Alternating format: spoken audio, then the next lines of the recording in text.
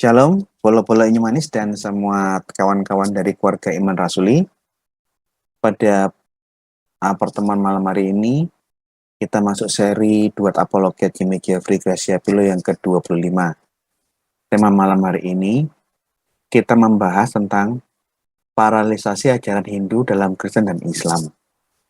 Ini untuk jawaban dan sekaligus bantahan terhadap postingannya Menahem Ali yang mengaitkan ajaran Kristen tentang Kristus itu mirip dengan Krishna, Tritunggal dalam iman Kristen, Allah satu dengan firman-Nya dan dengan hayatnya, disamakan dengan Trimurti dalam Hindu.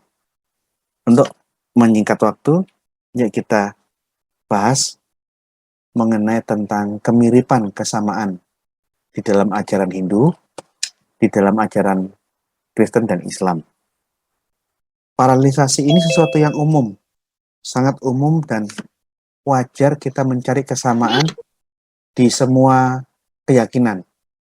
Keyakinan yang satu dicari kesamaan titik temu kemiripan ajaran dengan keyakinan yang lain. Yang mana paralelisasi tidak menyamakan pasti 100%, tapi mencari kemiripan. Ini sesuatu yang sangat-sangat umum, sangat-sangat wajar. Seperti misalnya kita mencari paralelisasi doktrin kekristenan dengan Islam. Di bidang apa kita sama, tapi kita pun tahu di bidang apa kita berbeda.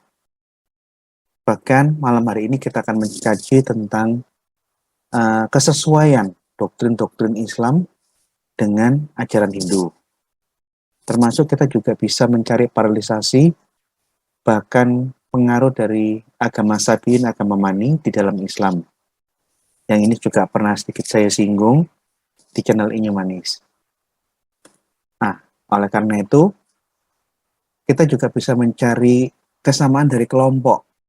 Misalnya, agama-agama yang menyembah satu Tuhan, tergolong dengan monoteisme.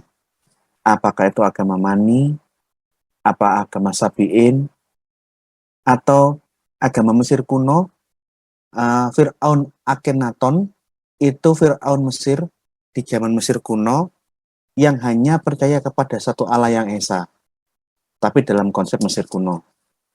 Atau kita bisa melihat kepercayaan sistemnya henoteisme.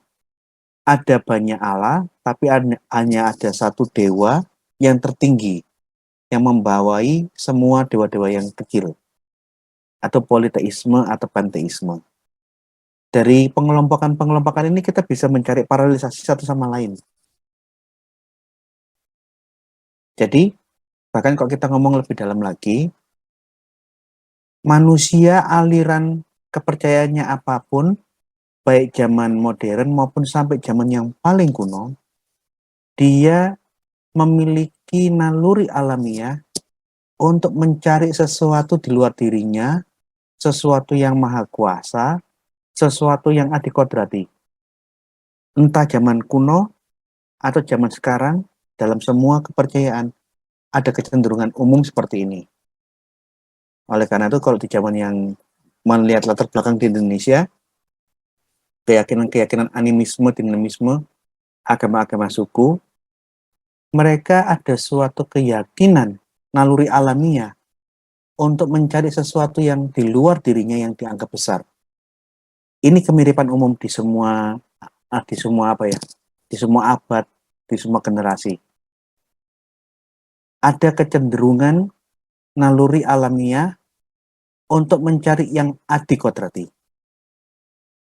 Karena kita bisa melihat ada kemiripan bahwa agama Kejawen, agama Viking, agama Mesir kuno, mereka memiliki kecenderungan mempercayai adanya sesuatu yang adikodrati dan yang mereka selalu cari.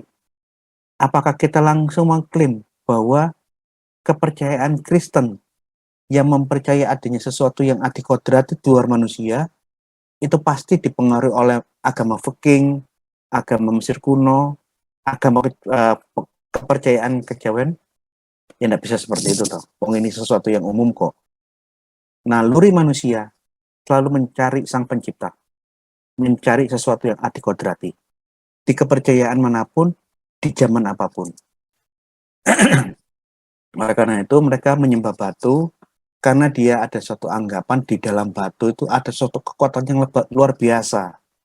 Nyembah pohon atau apapun, nyembah matahari, nyembah bintang yang dianggap sebagai media bahwa ada sesuatu yang luar biasa di tempat-tempat yang mereka sembah. Tidak secara filsafat dapat diambilkan kalimat pendek seperti ini. Kecenderungan mencari sesuatu membuktikan sesuatu itu ada. Manusia cenderung mencari Allah, mencari Sang Pencipta, mencari Yang Maha Kuasa. Itu membuktikan bahwa Yang Maha Kuasa itu ada, yang adikodrati itu ada. Entah ketemu apa tidak. Misalnya saya mencari makan, saya mencari makanan.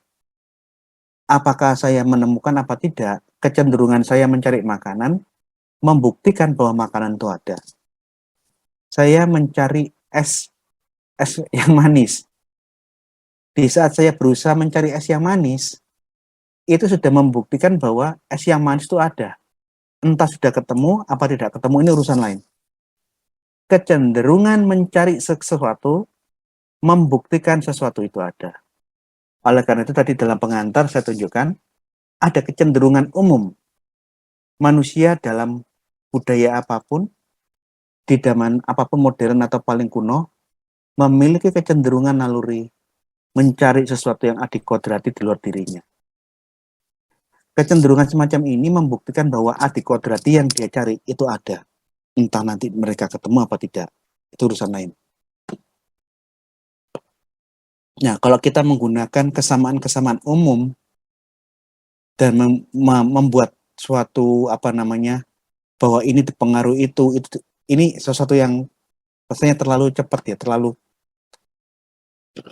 sesuatu yang terlalu cepat mengambil keputusan. Contoh, selain tentang kesamaan umum bahwa setiap manusia di abad apapun, di zaman apapun memiliki kecenderungan mencari Allah. Ada kesamaan yang umum. Di mayoritas kepercayaan, mereka percaya bahwa yang adikodrati itu ada, yang maha kuasa itu ada, dan yang maha kuasa, entah apa namanya, yang adikodrati sanggup menjelma. Mereka bisa datang, berkomunikasi, dan berinteraksi dengan manusia. Ini ada di ajaran agama Mesir kuno, agama Hindu, agama-agama pagan Eropa, apakah di zaman Yunani kuno, Helenisme, kepercayaannya bangsa Viking, bangsa Vandal, bangsa Goth, sesuatu yang adikodrati menurut pandangan mereka, itu bisa menjelma, bisa berinteraksi, bisa berkomunikasi dengan dunia manusia di dalam kepercayaan mereka. Ini sesuatu yang umum. Akan menjadi aneh kalau secara umum kepercayaan apapun yang paling kuno pun mempercayai bahwa yang adikodrati memiliki kemampuan untuk bisa berkomunikasi dan berinteraksi dengan manusia dengan cara-cara yang dapat dipahami manusia. Ini kecenderungan umum di semua keyakinan. Ini menjadi menarik. Kalau sampai konsep bahwa dia maha kuasa, oleh karena dia maha kuasa, maka dia pasti mampu berkomunikasi, berinteraksi dengan kita yang manusia. Suatu paham yang mengatakan dia maha kuasa, tapi dia ada diteruskan dengan pernyataan bahwa Allah itu tidak mampu, tidak bisa, dan tidak sanggup menjelma.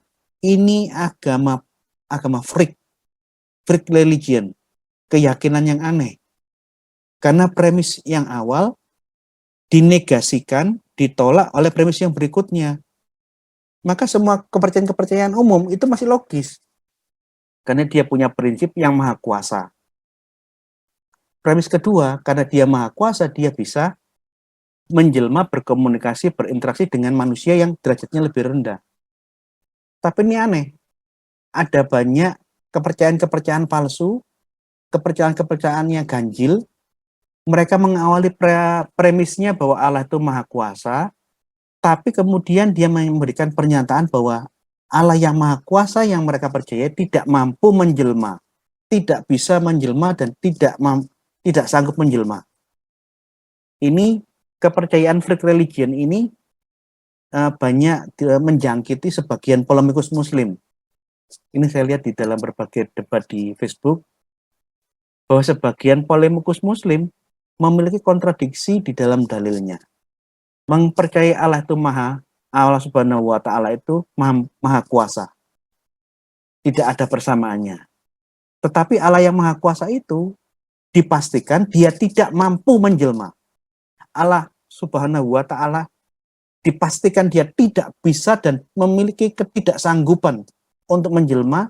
Dia tidak mampu berkomunikasi dan berinteraksi dengan manusia. Ini freak religion, ini falasi.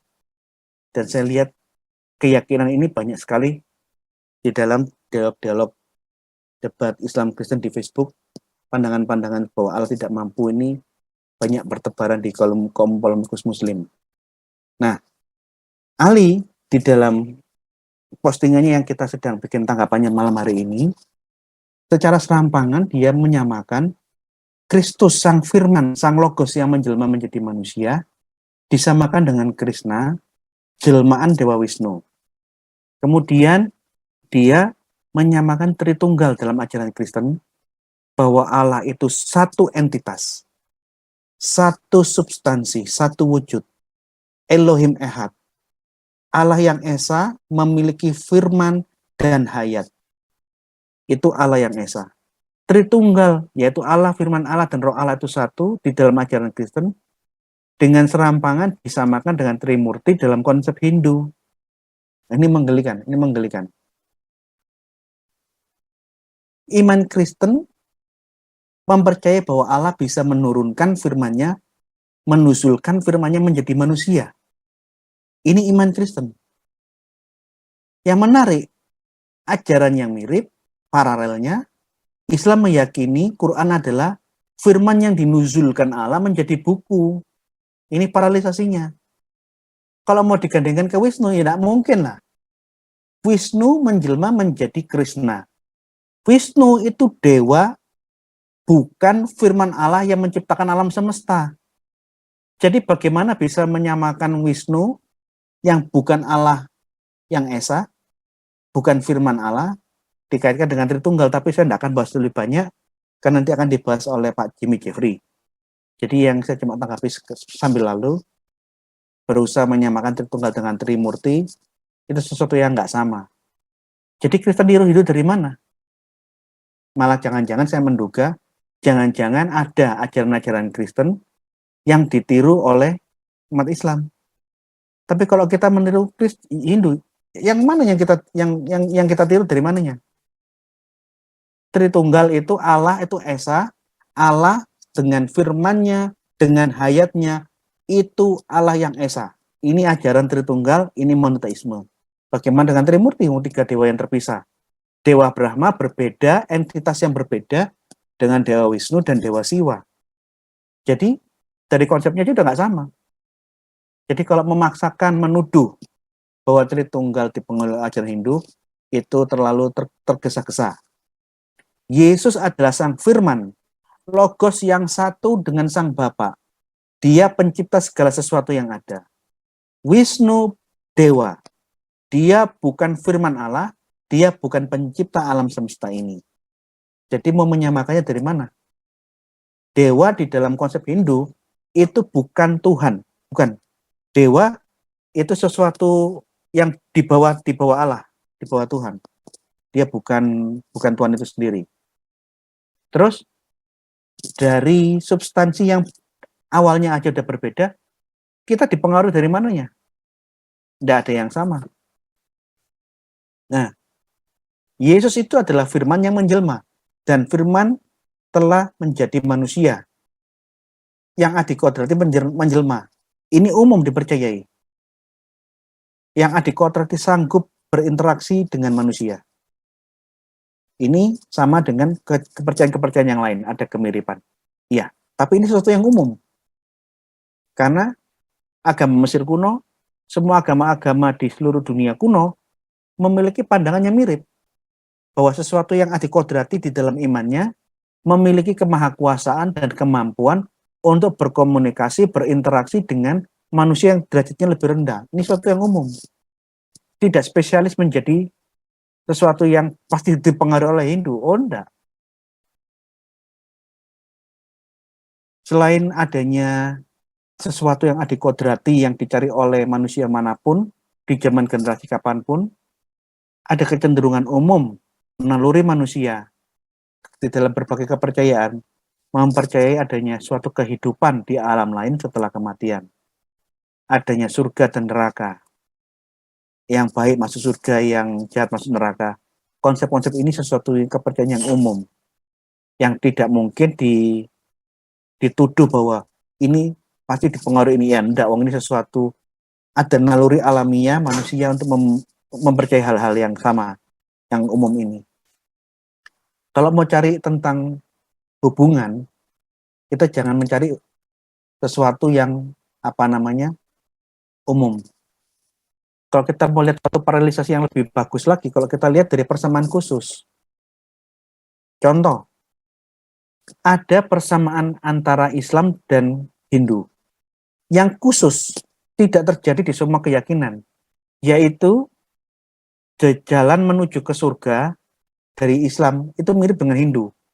Islam di dalam satu hadis mempunyai suatu keyakinan, untuk menuju surga nanti manusia akan diberi ujian berjalan di sebuah jembatan.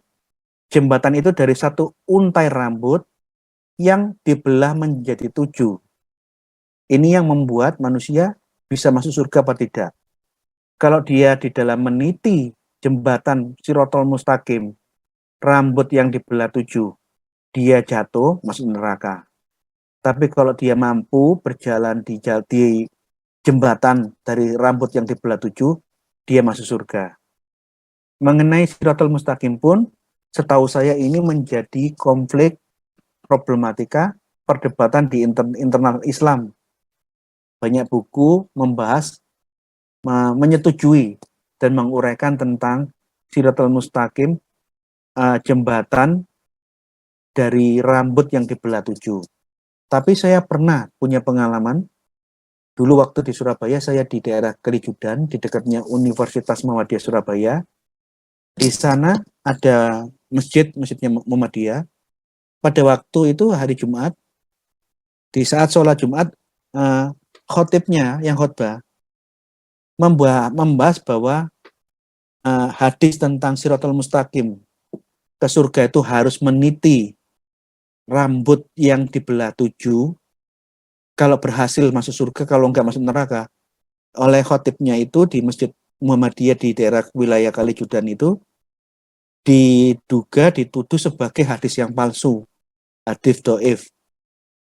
Masuk surga itu enggak perlu jungkir balik akrobat seperti orang-orang sirkus gitu.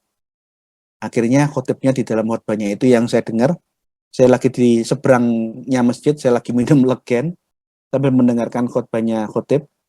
Khotibnya, penceramahnya itu di hari Jumat itu menolak hadis ini. Ini ada pro kontra. Minimal apa yang ditulis tentang Shirathul Mustaqim, jembatan meniti rambut yang dibelah 7 itu bukan ajaran Kristen, bukan ajaran Yahudi, itu bukan ajaran Mesir kuno, bukan ajaran Mani, bukan ajaran Sabiin, bukan ajaran-ajaran Eropa kuno, penyembah-penyembah Eropa pagan, bukan ajaran dari filsafat Yunani kuno, tapi menuju surga melalui jembatan, itu malah ada di dalam agama Hindu. Ini, di dalam Kakawin Bharatayuddha, bab 44 di pasal 18, ini saya kutip di dalam buku saya, itu juga saya ujung-ujungnya saya mengutip dari R.M. Sucipto Wiryo Suprapto, Kakawin Bharatayuddha, penerbit Batara tahun 1968, halaman 61. Kakawin Bharatayuddha itu muncul sekitar abad ke-7 atau mungkin lebih awal sebelum abad ke-7. Di dalam satu syairnya, di saat Prabu Salya itu mati, istrinya Belapati. Belapati itu hendak bunuh diri menyusul sang suaminya yang sudah mati, gugur di medan perang. Pada waktu dia meratapi suaminya dan hendak membunuh diri, dia memberikan syair. Paduka, jemputlah saya di jembatan yang bergoyang-goyang. Di Wat Ogal Agil, jembatan yang menuju ke surga nirwana nanti. Di dalam bahasa Jawa kunonya tertulis, nging pitangkwa Tuhan papat nguang irikan Wat Ogal Agil inamba enggungan tes-tesnya ngewang ikana tanwani lumampah akiku ritayanta raksaka yat satun jenekang ngamer surawadu kita sumelango ya nistura palih tapwa walasta ringwang angamun pati lumaku lono murang-murang. Ini bahasa Jawa kuno, saya nggak tahu artinya apa, saya hanya membaca terjemahannya. Membaca transliterasi tulisannya di dalam buku tadi R.M. Sucipto, terjemahnya seperti ini. Ini syairnya istrinya Prabu Salya sebelum bunuh diri menyusul kematian suaminya. Hanya satu permintaanku, wahai Baginda. Jemputlah aku di Wat Ogal Agil. Jemputlah saya di jembatan yang bergoyang. Apabila aku sudah melewatinya. Itulah yang kutakuti. Oleh karena itu, aku tidak berani dan ngeri untuk melewatinya sendirian tanpa Baginda bersamaku. Meskipun Paduka Prabu Salya suaminya yang mati sejenak sedang bercumbu rayu dengan para bidadari. Wah, jadi andaikan Paduka sedang foreplay atau sedang berjima, sedang mengewek bidadari, saya kurang tahu kira-kira konotasinya sampai ngewek apa enggak, saya nggak tahu. Berhentilah sejenak. Jangan menegakkan saya. Andai kata kamu sedang berjumbu dengan bidadari, di saat aku sudah melewati jembatan yang bergoyang-goyang Wat Ogal Agil, berhentilah sebentar. Berikanlah separuh saja belas kasihan Baginda untukku, yang sekedar menunggu kematian ini. Sedang dalam perjalanan aku selalu tersedat ke sana kemari. Jadi kalau Baginda, aku mohon, andai kata kamu sedang bercumbu rayu dengan para bidadari, di saat aku datang melewati jembatan Wat Ogal Agil sampai ke nirwana, di saat Anda sedang bercumbu rayu, berhentilah. Sapalah aku, temuilah aku. Setelah itu nanti Baginda mau bersenggama lagi dengan para bidadari, mau bercumbu rayu, silakan. Aku cuma ingin ketemu, temuilah saya. Wah, kira-kira begitu. Ini saudara, pandangan bahwa di surga ada seks ini ada beberapa kepercayaan. Agama Helenisme, apakah agama Hindu itu maksudnya hanya sekedar bercumbu rayu, cium-ciuman, atau sampai berhubungan seks? Saya kurang tahu. Ini saya akan gali lebih dalam. Apakah di dalam konsep nirwana surganya Hindu ada hubungan seks apa tidak, saya kurang tahu. Yang saya baca ya tadi di dalam Kakawin Bharatayuddha ya seperti itu. Di dalam bidat Kristen abad pertama Serinthus ada pernikahan selama 1000 tahun di kerajaan di surga. Dan yang paling terkenal yang mempropagandakan adanya seks di dalam surga itu Islam. Banyak sekali ceramah-ceramah di YouTube yang menyebutkan bahwa kenikmatan surga di dalam ajaran Islam mendapatkan seks yang luar biasa dengan banyak bidadari. Nah, ke surga melewati jembatan itu ada di dalam hadis Siratul Mustaqim. Satu rambut titian yang dibelah 7. Kalau dia orang baik, dia pasti bisa melewati titian yang dibelah 7. Tapi kalau dia orang jahat, dia pasti jatuh, dia masuk neraka.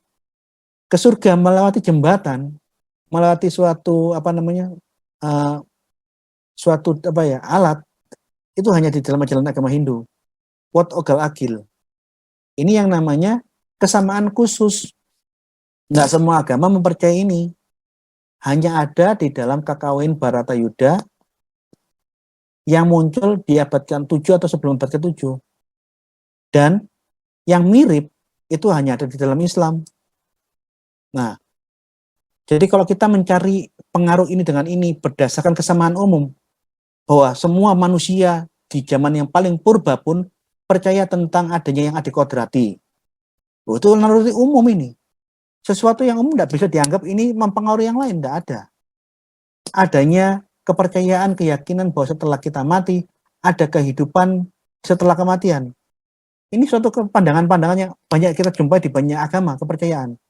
Adanya pahala, adanya hukuman, sanksi, adanya surga, adanya neraka, adanya karma. Ini suatu kebenaran-kebenaran umum. Kepercayaan-kepercayaan yang bersifat umum. Jadi kalau kita mencari pengaruh dari sesuatu yang bersifat umum, itu nggak terlalu tergesa-gesa.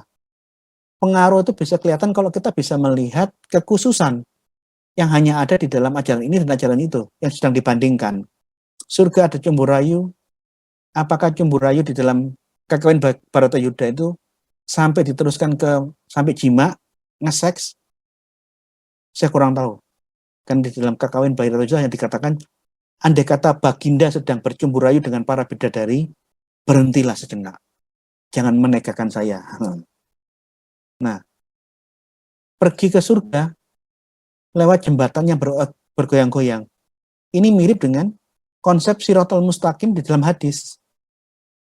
Jadi malah di sini yang saya lihat ada paralelisasi kemiripan ajaran Hindu dan Islam mengenai ajaran cumbu rayu di surga dan ke surga melalui suatu jembatan titian yang di belah 7 di dalam Islam atau jembatan yang bergoyang-goyang seperti kakawin Baratayuda. Jadi kalau berusaha mencari menyamakan ajaran Kristen dengan Hindu berdasarkan aturan-aturan kaidah-kaidah umum, keyakinan umum semua manusia, itu terlalu tergesa-gesa. Nanti selebihnya saya serahkan ke Pak Jimmy Jeffrey untuk membahas lebih lanjut mengenai Kristologi dan Tritunggal di dalam iman Kristen. Apa benar Kristus itu meniru konsepnya Krishna? Apakah benar Tritunggal di dalam iman Kristen, Allah, firman Allah, dan roh Allah, hayat Allah, itu satu substansi Allah yang esa? Apakah sama dengan Trimurti? Silakan dijelaskan lebih lanjut oleh saudara saya, Pak Jimmy Jeffrey. Mari Pak Jimmy Jeffrey, silakan. Terima kasih atas kesempatannya. Kita membahas sebuah topik yang melibatkan 3 agama besar selain Kristen, Islam, juga Hindu. Maka karena juga berkaitan dengan kitab suci oleh saudara kita umat Hindu, maka saya perlu hati-hati menyikapi persoalan ini dengan mencoba kembali mempelajari beberapa inti pengajaran mereka, umat Hindu, seperti dalam kitab mereka, kitab suci mereka, Bhagavad Gita. Ini kitabnya cukup tebal, agar kita tidak salah memposisikan posisi teologis Hindu. Jadi kita tidak menilai masalah benar tidaknya, tetapi kita harus melihat secara substansi yang diangkat oleh Menahem Ali.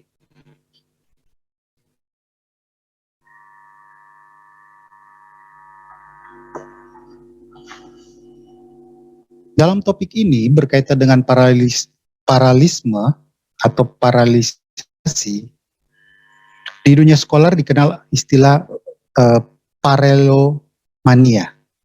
Paralelomania. Ini sebuah istilah yang dicetuskan oleh seorang scholars yang menggambarkan tentang keinginan banyak scholars yang mencoba mencari paralelitas, khususnya antara kekristenan dengan ajaran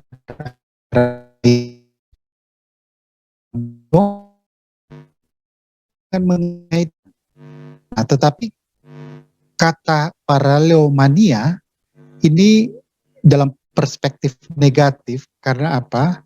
Karena beberapa scholar tersebut akhirnya sudah kebablasan. Artinya, sesuatu yang sebenarnya tidak paralel secara signifikan, tetapi dikait-kaitkan, bahkan menciptakan beberapa detail yang keliru. Misalnya scholar seperti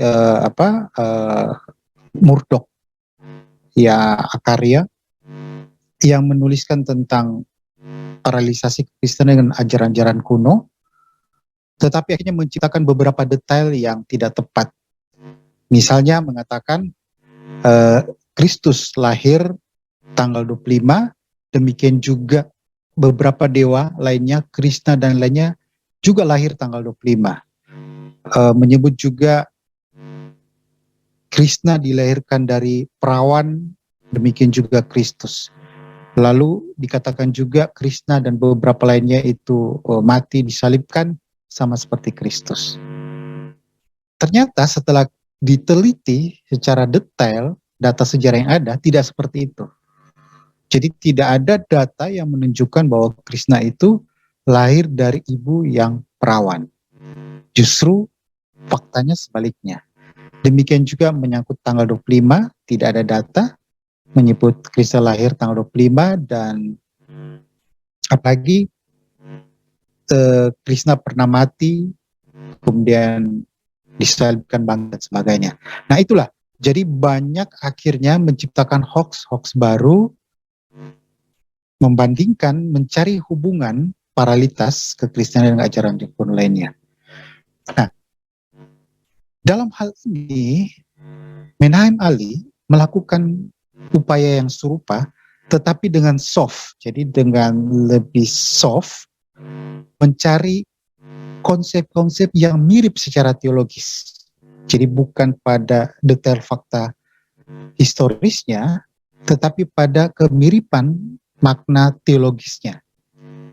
Yaitu berkaitan dengan Trimurti, yang dianggap ada kaitan dengan Trinitas, juga tentang Krishna dan Kristus, khususnya berkaitan konsep inkarnasi. Nah, bisa dikatakan tuduhan Menahem Ali dengan mengajarkan bahwa Trinitas memiliki kaitan dengan Trimurti. Nah, karena Hindu lebih tua dari Kristenan, secara implisit dia menyatakan bahwa Trinitas itu berada pengaruh dari Trimurti. Karena di situ ya 3 dewa. Demikian juga dalam Trinitas ada 3 pribadi yang dikenal sebagai Allah. Nah, kemudian Ali juga mengambil poin tentang inkarnasi, khususnya dalam teks Bhagavad Gita pada pasal 4 ayat 7, yang dikatakan mirip dengan konsep inkarnasi dalam kekristenan. Dan ini sekali lagi di pesan implisit bahwa kekristenan sudah dipengaruhi oleh Hindu, karena Bhagavad Gita bagi Ali dianggap sudah eksis sebelum adanya Alkitab. Namun sebelum kita menjawab detail apa poin-poin dari Ali, kita harus paham dulu pengajaran dari Hindu, saudara-saudara kita Hindu.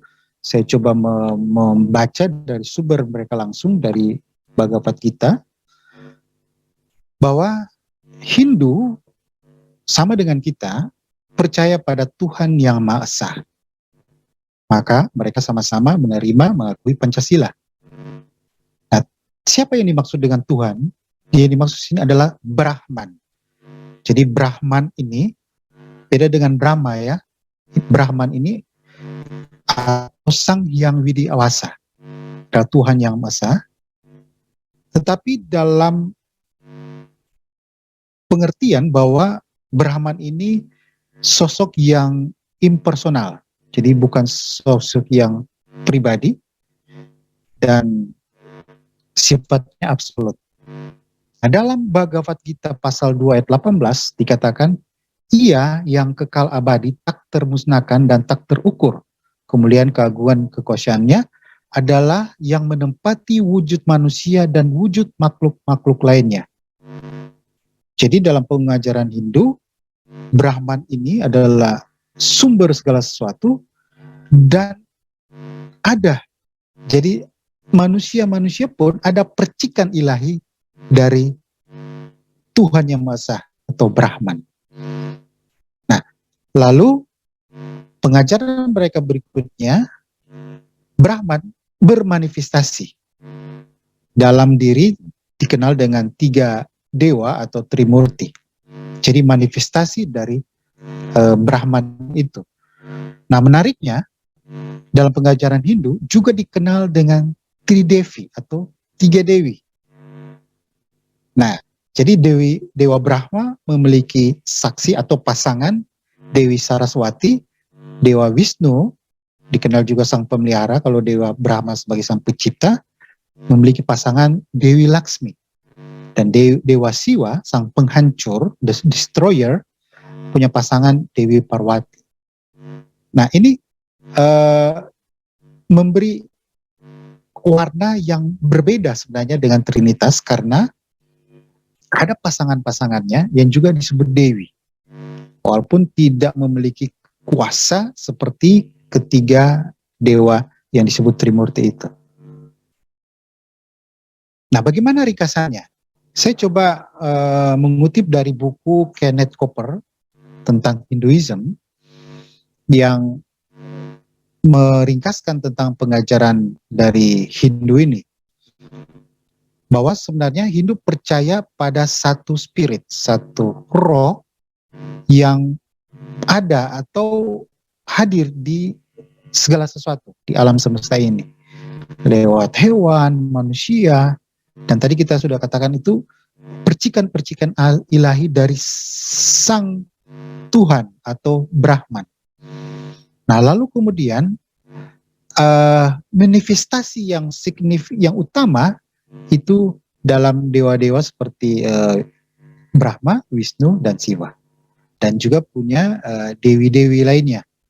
Dan mereka disembah walaupun tidak sama.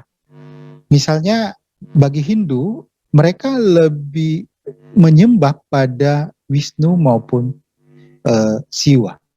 Jarang ada penyembahan kepada Brahma. Jadi ini gambaran umum ketuhanan Hindu. Nah, apa bedanya dengan Trinitas? Nah, kita lihat berbedanya sangat jelas. Karena dalam Trinitas yang diimani oleh kekristenan secara universal, bahwa Trinitas itu adalah 3 pribadi, Bapa, Anak, dan Roh Kudus, satu hakikat sebagai Allah. Nah, kalau Trimurti berkaitan dengan manifestasi Brahman yang impersonal itu. Nah, kemudian dalam Trinitas tidak ada konsep perang sebagai sang penghancur atau sang pelebur atau the destroyer seperti dalam Trimurti Siwa. Ini jelas sekali beda signifikan. Sebaliknya dalam Trimurti tidak ada konsep tentang anak. Dalam Kekristen Yesus dikenal sebagai anak. Tetapi dalam Trimurti tidak. Nah, yang signifikan juga perbedaannya, Trimurti memiliki pasangan dan Trinitas tidak mengenal pasangan tersebut. Jadi kalau kita melihat secara konsep menyeluruh, Trinitas dan Trimurti itu berbeda secara signifikan. Nah, ini scholar seperti Nick Norelli meringkaskan dalam buku The Defense of an Essential, A Believer Handbook for Defending the Trinity. Nah, dalam buku ini ada detail informasi yang menarik, yaitu tentang terminologi Trimurti itu sendiri. Nah, beberapa scholar mengatakan bahwa istilah Trimurti itu nanti muncul pada sekitar abad 4 sampai ke 7 Masehi. Jadi formulasi tentang konsep Trimurti itu sendiri nanti ada di abad 47 Senturi. Walaupun ajaran Hindu dianggap telah hadir pada abad-abad sebelumnya. Nah, sehingga beberapa catatan lainnya mengatakan pada abad-abad sebelumnya yang menjadi fokus itu sebenarnya pada Wisnu dan Siva. Jadi dua pasangan sebagai pemelihara dan penghancur. Tetapi kemudian pada abad ke-7 mulai terformalisasi menjadi 3 unsur penting, yaitu yang kemudian disebut Trimurti. Nah, ini jika data ini bisa terverifikasi dan akurat, justru ini menunjukkan bahwa sebenarnya Trinitas itu sudah eksis sebelum Trimurti itu sendiri hadir. Apalagi dalam catatan sejarah, Rasul Thomas ditulis dalam tradisi kekristenan, tradisi gereja, pernah melakukan penginjilan ke India. Bisa jadi justru konsep Trimurti itu berkembang dari adanya konsep Trinitas. Nah, ini kita akan verifikasi lebih lanjut pada kesempatan berikutnya. Nah, yang jelas di sini kalau dibandingkan justru konsep Trimurti itu dalam Kekristenan itu ibarat konsep modalistik polytheism, bukan seperti konsep Trinitas. Jadi itu kesamaan pada the false Trinity atau bidat-bidat Kristen. Saya kira dari sinilah kita sudah lihat perbedaannya. Nah, kita feedback sekarang ke Trinitas dalam Quran. Jadi ini ada 3 domain kekristenan, Hindu dan Islam. Nah, dalam Quran kita sudah pernah bahas sebelumnya. Ternyata konsep Trinitas yang dimaksud itu berkaitan dengan unsur oknum Bapa, Anak, dan Ibu atau Maria. Seperti dalam Quran surah Al-Maidah 116, Hai Isa putra Maryam, adakah kamu mengatakan kepada manusia, jadikanlah aku dan ibuku 2 orang Tuhan selain Allah. Nah, berarti ini menunjukkan Trinitas. Artinya ada 3 dan 1. Tetapi konsep Trinitas dalam Quran ini menunjukkan Bapa, Putra, dan Ibu. Nah, ternyata kalau kita coba melihat hubungannya dengan data konteks sejarah di Arabia, justru ada paralel yang clear, yang jelas sebenarnya dengan salah satu ajaran disebut Kolridian yang mengajarkan tentang Dewi mereka sebagai Maria. Jadi mereka menyembah pada Dewi menjadi Tuhan yang kemudian itu ada pada sosok Maria. Jadi ini sebuah sinkretisme dengan kekristenan. Sehingga Maria dikatakan dalam Dictionary of Christian Biography, Mary is to be honored, God only to be worshipped. Jadi ada penghormatan luar biasa terhadap Maria, sehingga Maria ini menjadi sosok yang ilahi di samping Bapa dan Anak. Dan ternyata ada paralelnya sebenarnya dengan pengajaran dari Quran. Nah, ini menarik sebenarnya. Kalau kita coba kaitkan Trinitas dengan Trimurti, dari aspek sejarahnya, kita akan sulit menemukan data sejarah yang mendukung adanya kontak kekristen awal, para rasul, termasuk Bapak Gereja, dengan pengajaran Hindu yang di India itu. Apakah ada data-data tentang bagaimana umat Hindu menyebarkan ajarannya atau eksis di seputaran Israel? Hampir gak ada datanya. Jadi tidak ada kontak dari konteks sejarahnya. Nah, berbeda dengan pengajaran tadi konsep Trinitas dalam Quran. Dalam konteks sejarahnya ada kontak, artinya berada dalam lingkungan yang sama di Arabia, yaitu Bidat Koleridian, sehingga dimungkinkan adanya kontak. Jadi kalau kita mencoba buat paralelisasi, kita harus lihat konteks sejarahnya. Memungkinkan tidak ada kontak dengan paham-paham atau ajaran-ajaran lainnya. Jadi saya kira Ali yang mencoba mengangkat paralel tersebut, lalu mencoba memberi kesan bahwa Trinitas itu dipengaruhi oleh Trimurti.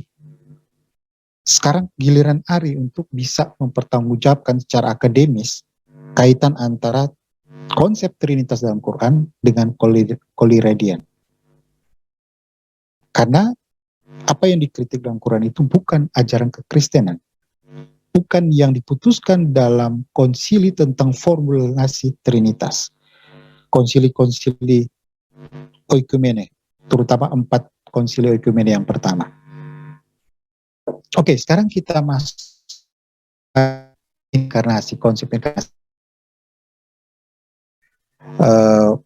Pasal 47 yang menyebutkan tentang, dalam bahasa Inggrisnya terjemahnya, whenever there is a decline in Rakshanish and an increase in Arakshanish of Arjun, at that time I manifest myself on earth.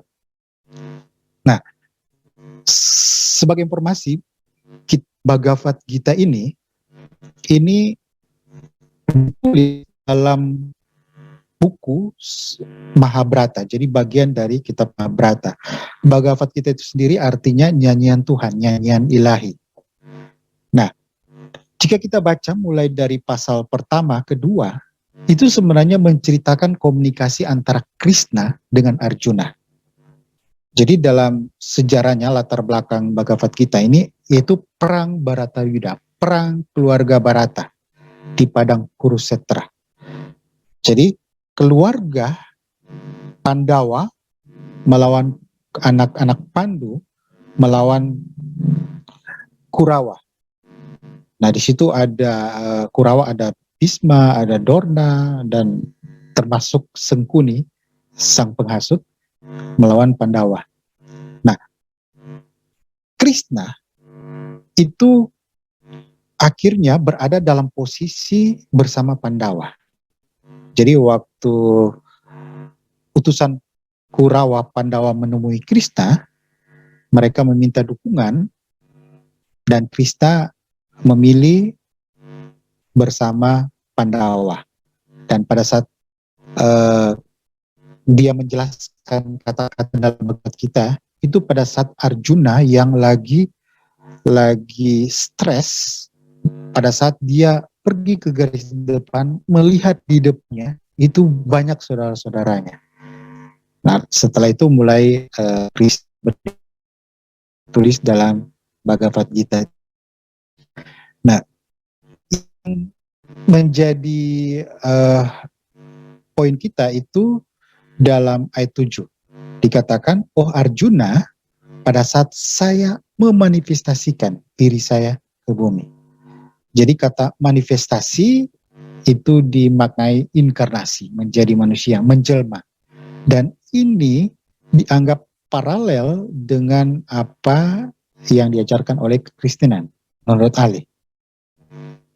Nah, sayangnya Ali tidak memaparkan secara lebih jelas apa yang dimaksud dengan penjelmaan itu, seperti apa dan bagaimana. Dalam kekristenan jelas bahwa penjelmaan itu, inkarnasi itu, Logos, sang firman yang menjadi manusia.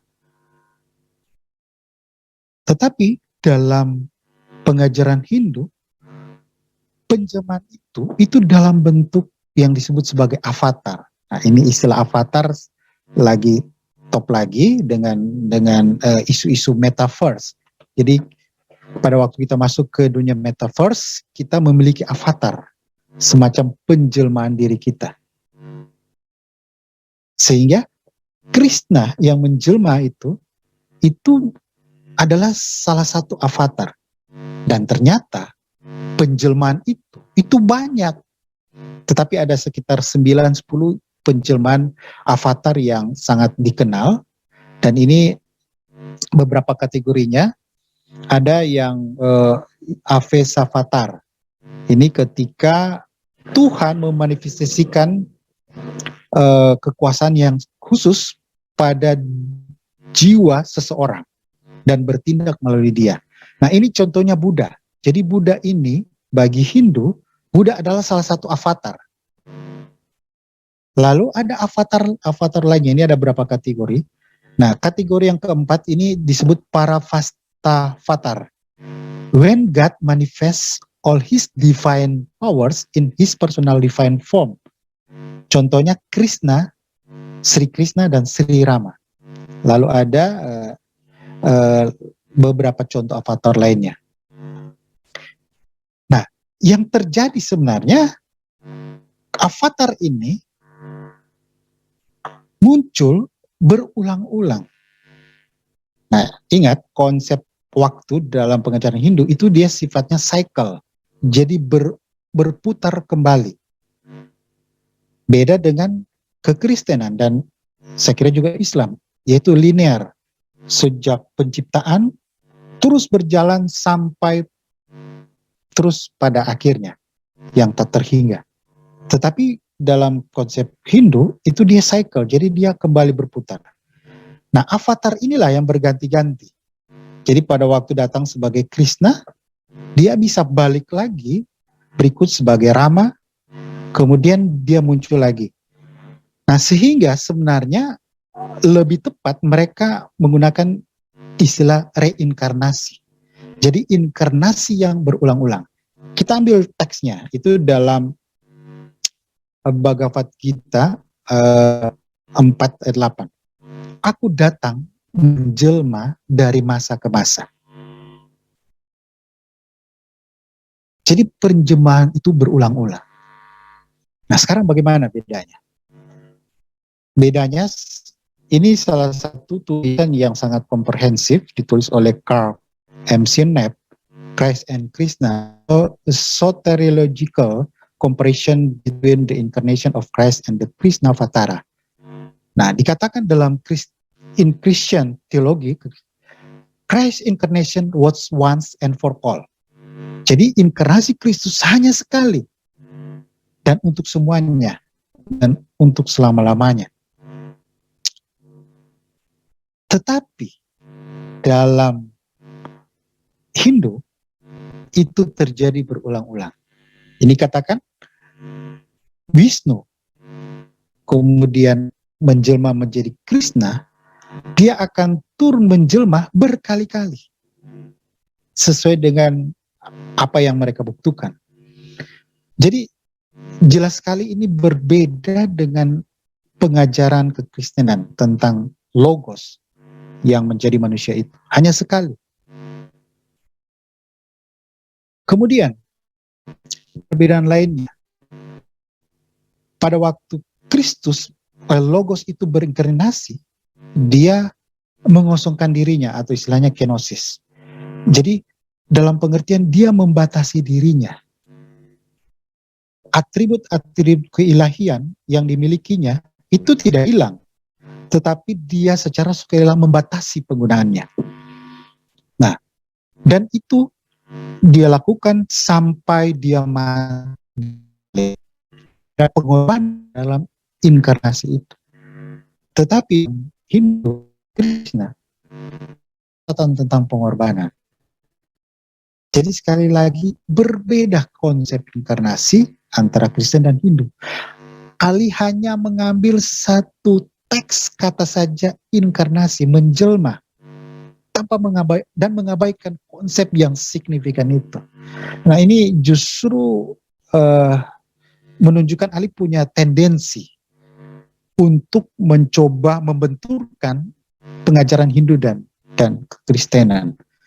Dianggap ini saling mempengaruhi dan sebagainya. Saya kira ini cara yang tidak sehat, tidak fair. Ali tidak secara utuh menjelaskan apa adanya tentang konsep inkarnasi itu, yang ternyata sangat berbeda secara signifikan. Nah, Apakah inkarnasi kekristenan itu connect dengan Hindu pada waktu abad-abad pertama, apa yang telah ditulis dalam Injil Yohanes? Saya kira tidak, karena memang tidak ada kontak. Tetapi yang terjadi justru konsep inkarnasi itu lahir dari rahim Yudaisme, lahir dari masa perjanjian lama. Bahkan pengajaran seperti dalam Qumran, komunitas Qumran sudah mengenal tentang anak yang mati, of Most High. Salah satu scholars Yahudi sendiri, Daniel Boyarin, dalam bukunya The Jews Gospel, dia mengatakan begini, Jews have simplifying Christian idea about God simply a collection of fantasies, perhaps pagan, and in the case bizarre fantasies. Jadi dia katakan orang Yahudi stop untuk menghina, mencemooh ide tentang kekristenan. Karena itu bukan konsep paganisme. Boyarin tegaskan, God in a human body indeed. Recognizing this idea as deeply rooted in the ancient conceptions. Jadi ini sebenarnya konsep tentang inkarnasi ini sudah mengakar dalam Yudaisme sendiri. Dan ini kita bisa uraikan lebih lanjut. Jadi sebenarnya itu bukan hal asing. Nah, misalnya contoh tentang the two power in heaven. Itu adalah pengajaran dalam kitab Daniel. Daniel 7 ayat 14. Dan orang Yahudi awal itu banyak yang mempercayai hal itu. Bahwa ada dua kuasa di surga. Dan apakah Tuhan punya Tuhan yang lain yang memiliki kuasa yang sama? Kecuali memang Tuhan itu memiliki kejamakan. Tetapi oleh Yahudi Rabbinik itu kemudian dijudge sebagai meme atau heresi. Jadi sebenarnya akar tentang konsep inkarnasi itu punya akar yang jelas dalam Yudaisme. Seperti juga tentang konsep anak Allah, anak Tuhan, the Son of God, yang dulunya dianggap kekristenan ini mengambil dari paganisme, dari ajaran-ajaran Roman, seperti Hercules. Hercules itu anak Zeus yang melakukan hubungan seks dengan manusia, lahirlah Zeus. Jadi manusia setengah dewa. Tetapi setelah adanya penemuan Dead Sea Scroll, bahkan dalam teksnya menebuskan tentang kata the Son of Most High yang memiliki otoritas yang paralel juga dengan Daniel 7 ayat 14, justru akhirnya membuyarkan tuduhan bahwa konsep anak Allah itu mengakar dari Helenisme, mengakar dari ajaran-ajaran pagan. Tetapi memang ada dalam Yahudi awal. Nah, menariknya justru Quran mengulangi poin yang sama, yang menolak tentang Tuhan memiliki anak. Tentu dalam konteks biological son. Padahal kekristenan tidak mengajarkan hal seperti itu. Oke, jadi kita tegaskan sekali lagi, apostasikan Ali itu sama sekali tidak punya dasar. Ya, demikian. Terima kasih.